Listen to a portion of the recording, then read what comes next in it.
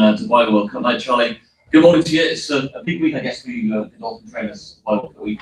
Yeah, good morning, everyone. It's a big week, but it's a week where, it sounds daft, it's more relaxed for us in a fashion because His Highness has always sort of instilled into us, World Cup is an international affair, so I don't think he'd like to see us dominate it like we have done with the carnival, and as much as we'd like to, the competition's too strong anyway. But most important is for everyone to be here and everyone to hopefully gain some success and enjoy the evening. That's almost sort of converse to what a lot of people would think, that the pressure's on to get a World Cup or a World Cup night victory for him, but he just enjoys the international flavour. Sure, that's not what we all want to see. It's across the board. In the turf and the dirt races is winners from all around the world. The Americans coming in, and the Japanese there on the dirt, and obviously from the European point of view, and the Japanese point of view on the turf. They're hard to beat everywhere at the moment. And the carnival for you and the Tila has gone really well? Yeah, gone well. It's been a good carnival. Been very lucky. We've haven't probably had the strength and depth for some of the years there, but we've had our little team there. We've purposely sort of worked back from World Cup night, and some of them sort of had to earn their stripes into World Cup night, and they've done so during the course of the carnival. And I say thank you. We'll be there on Saturday night. And you've built over the last few years a really strong team as well, headed by Will here. You must be delighted for him last year to get him to see him be crowned champion jockey. No, for sure. It's every jockey's dream is to be a champion, and from William's position and from his family, they put a lot of hard work in, and it's obviously nice to see someone repaid like he was repaid. Deserved to be champion, and indeed for me, it's had him on the team. It's not like he's just joined us, been together for a few years now, but it's something I know that he very much had in his mind. He wanted to tick that box, and he's done it, and he's going to be a hard competitor again this year. And he could have had a winner on Saturday with Siskali in the Gold Cup. Two runners in there, Charlie. Siskali, a horse like you've always thought a lot of from his very early days.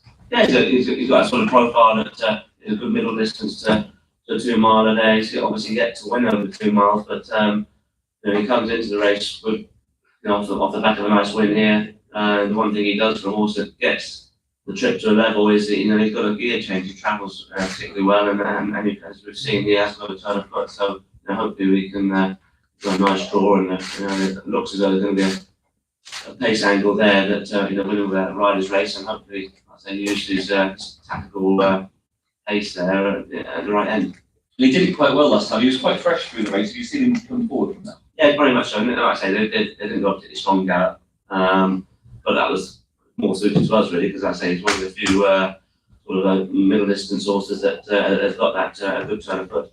And Global Storm in the race as well, went 2 places better than last year in the City Gold. Yeah, look, last year he went and finished third there in the City of Gold. We wasn't there by default this year, but it was Rebel's Romance's sort of target, and obviously he met with that setback, so that popped him Global Storm up in the sort of pole position, and he went around well, and he felt again he won't look at a place in the lineup on World Cup night. That's the Gold Cup. Looking ahead to the El Quasal Sahel goes in there, coming here looking for a hat trick, and he's a 6-year-old Charlie, but just looking at his last couple of runs, he still seems to be learning about the game. Yeah, as we know, these sprinters, the older they get, the stronger they get, and the most important thing with him is getting him into a good racing mind, and that's where he is off the back of two nice wins here. He's in great shape. He thinks he's King Kong, but draw would have been there, as we all know. Ideally, everyone's more comfortable on that, not on the higher numbers, but we're down with the lower numbers. But also, like I said, the favourite's drawn in 8 there, so we're trying to get a toe into the race and see whether we can have some tactical pace at the right end. Okay, looking into the Turf Master of the Seas, bring some classic form into the mix. Has he been a hard horse to keep right the last 12 months or so? Yeah, look, he's fragile mind and body, but his mind is probably sometimes some of his biggest challenges. He was obviously a bit unlucky there on his last start there. He's not the race well. He's a horse, as we know. Yeah, he was second in the Guinea, so he's got the ability there. He's got a half sensible draw, so James is riding him for the first time for a while, so but he knows it from home, and he should be putting up a good performance. And again, one thing he sees that trip out, but he's got a turn of foot. And speaking of the Trip Nations pride in the race as well, he's coming pounding distance. I imagine you'd want to see a a strong pace for him to really flourish. Yeah, and I say unfortunately 16 is good, just puts a bit more of a challenge on top. But if there's a gallop on, there's one thing this horse will do if you're doing it at the right end, finishing there. Dropping back to the 9 doesn't concern. He's a very strong traveller. And we've seen him obviously performing at the top level as well. So two very competitive horses, I feel. I mean, draw could have been probably a little bit better, but out of our hands. And you touched on Rebel's Romance. Does really appear in the Shima. How's he been since the setback? Yeah, fine. I say it was only a minor setback. It's one of those sort of decisions we made early, so we don't get sucked into running him on Super Saturday. That's what we felt, but it's there for a reason. It was a trial until the Shima. Did we really need it? No. It would have been nice to come here, but I didn't want to put pressure on the horse to go and run on a Super Saturday and then therefore come backwards going into a World Cup, whereas we came here 10 days ago and spun him around on the turf track there. He looked great. He's in great form. You can't fault him. He looks $1 million, and he's the horse. People have posed the question, what's the most exciting horse of the night? It will be Rebel's Romance at the end of the day. He's 5 and 5 on the turf over a mile and a half there. He's obviously done it on the big stage here in the UAE Derby, and 3 last starts have been at Group 1 grade level. He's gone in one impressively. It almost looks to be the race of the night this year, mate. He's there, as you say, coming in 5 out of 5. Last year's winners in there, you've got Equinox as well. It looks a really deep race. It's very strong, yeah. I mean, I feel this year's World Cup night is a strength and depth in a lot of those races. It's a strong field. So personally, to be part of it, as I always say, the team, you applaud yourself and the team. We hope we will get them there fit and well, and you've got half a chance then. But yeah, looking forward to it. And are you thinking with Rebel's Romance that all goes well at the weekend, he's going to be a horse for the big mile and a half races back in Europe? Possibly, yeah, but he's a horse that the track suits him, conventional track suits him. In Europe, sometimes the undulations, he's a big galloping horse there. He's, as we've seen, how suited he is to the sort of the conventional tracks in what he's done, but he could be a traveller as well. I'd be probably heading back to America with him. Okay. Well, any questions from the floor for Charlie? The microphone to Andrew, please. Morning, Charlie. Nation's Pride, he's a horse who's quite well travelled for a young 4-year-old. I saw he was in the entries for the QE2 in Hong Kong. Would you look at Hong Kong with him and with the other horse that entered Warren Point? Yeah, as you say, we Warren Point and Nation's Pride both been there. Warren Point was in up until the last stage there in Shima Classic as well, but I feel that the 10 final possibly will suit him better. So we sort of make a point that he will be targeted towards that race first, and with Nation's Pride we'll just see how he runs on Saturday first. But it's predominantly going to be Warren Point. It's going to be heading to Hong Kong.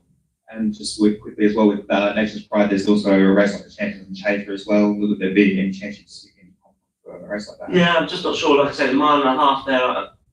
He won the Jockey Club, as we know, breaking the track record there back in the autumn. But I feel he's probably more comfortable at the 10. So Champions Charter, we have got hopefully a couple of horses targeted towards that. At one point, I'd probably be heading more towards the 10 finals. Pleasure. Charlie, it was very interesting that you said that there is kind of less pressure on you on Godolphin during the Dubai World Cup.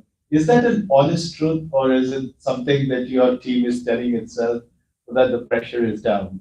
It's the honest. I've been, well, Frankie's told you the stories about his life over here. Dubai has been a lot of my lifetime as well, and being here on different in different roles, should I say, during the World Cups at down through the years. I've noticed very much a point that it's built for everybody to be here, and it's built to be a spectacle of the night. Not only just for the equine side of it, but it's for people to come and enjoy the evening from worldwide, and that's what His Highness has always sort of wanted to see, and so therefore it's been instilled into us from a very early age to make sure everybody's having a good night. We can go and have a win. Of course, it makes it even more special. But most importantly, we'll applaud everybody else who it's challenging to get these horses here from around the world. From ourselves personally, doing it on an international stage, I know the challenges ahead of everybody. And so once they're here, you've got to take your hat off to them and for being here. And secondly, if they can go and have a win, that's even better. Nick? Hello, Charlie, all right? Good. I just wondered if I could very quickly ask for an update on Noble Style. How is he and how's his spring campaign?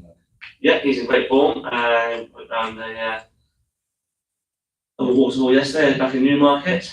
So everything's going well. He's physically done well from 2 to 3. Managed to go to the green with him.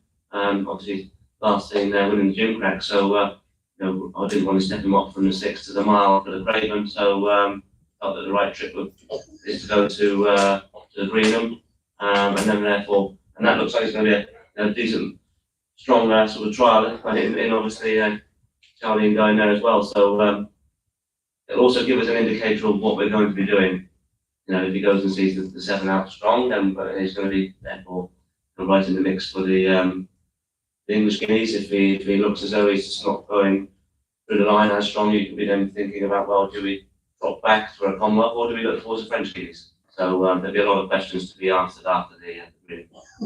How impressed were you by his 2-year-old form? He was electric, wasn't he? Oh no, for sure. I think obviously the gym crack being his most impressive. There's something that we've sort of seen, as you know, running a horse like him with this sort of page, which you can read into it as you see fit. There is a lot of speed in that family. But obviously starting off it is that maiden at Ascot was a solid form, and he did nothing but progress from there on. We met with those minor setbacks there during the summer there that sort of kept us off track from potentially going to Goodwood and places like that. But he's an impressive horse, and thankfully he's done very well for the winter.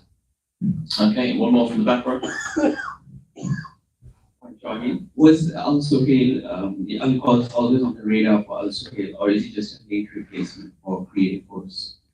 I wouldn't say it's a late replacement. Al-Suhail, unfortunately, doing what he's done over the 7 here, he had no options. I wasn't going to step him up to the mile on the dirt there. Something we ran him over the 6 there back in the autumn to sort of get a feel for whether he'd be a horse that we could sprint. He showed a natural pace that day. Unfortunately, the ground had gone against us, so that wasn't. We didn't end up with a result that we wanted, but we learned enough to say that this horse can travel at that level. And there's one thing for sure: he won't be off the bridle halfway through. Anyway, he'll still be travelling.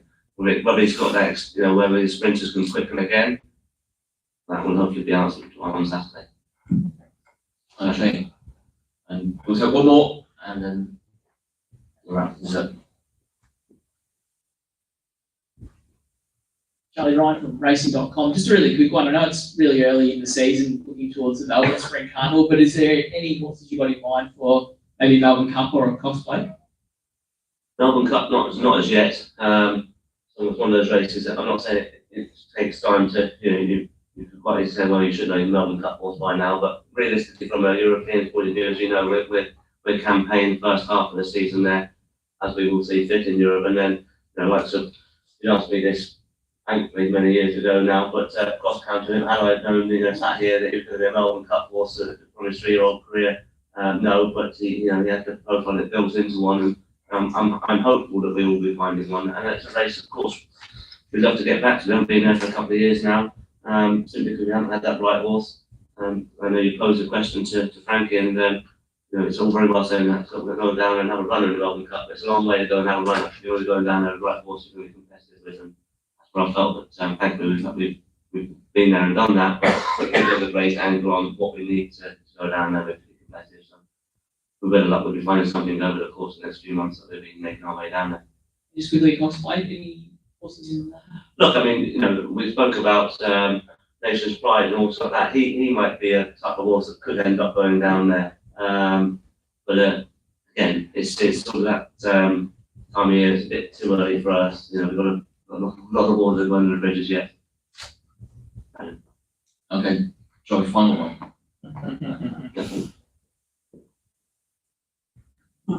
Charlie, just wanted to ask you about so many now races in the region, the Saudi Cup, Bahrain, Qatar. Can you just, through your association with the Dubai World Cup and the Godolphin, can you just tell us about the scenario in the region right now and and how good it is for the racing industry? It's very important for the racing industry, and what we've seen over the last couple of years now, as you mentioned there, in the Saudi Cup there, and the Bahrain series, and Qatar, just recently as well, they're picking up their purse money, which is always going to attract, the internationals. But it's more a point is that the caliber of racing is being sustained year on year now. It's improving.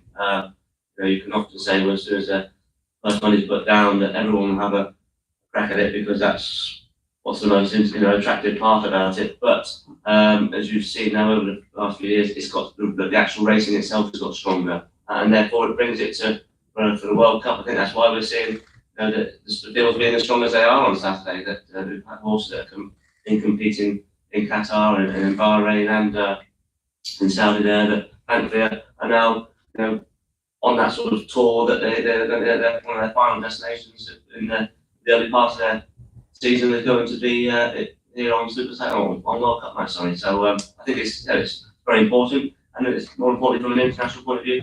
It's in the calendar now that everybody's got their eye on it. So it's not just something that you just casually coming on and saying, oh, that race is there. It's worth a lot of money. We'll have a crack at it. You've got to now work back from that race and say, well, I've got to find the right horse to be competitive, because you won't get a run with a horse that like you would have done a few years ago, saying, well, I'm not there, but 105, 110 horse, they're not good enough. You've got to be a 115, 120 horse to be winning these races. Well, Charlie, you've been very generous with your time this morning. I know it's a busy week for you, but thanks for coming in. Pleasure. My best on Saturday. Thank you. Thank you. Thanks, Charlie.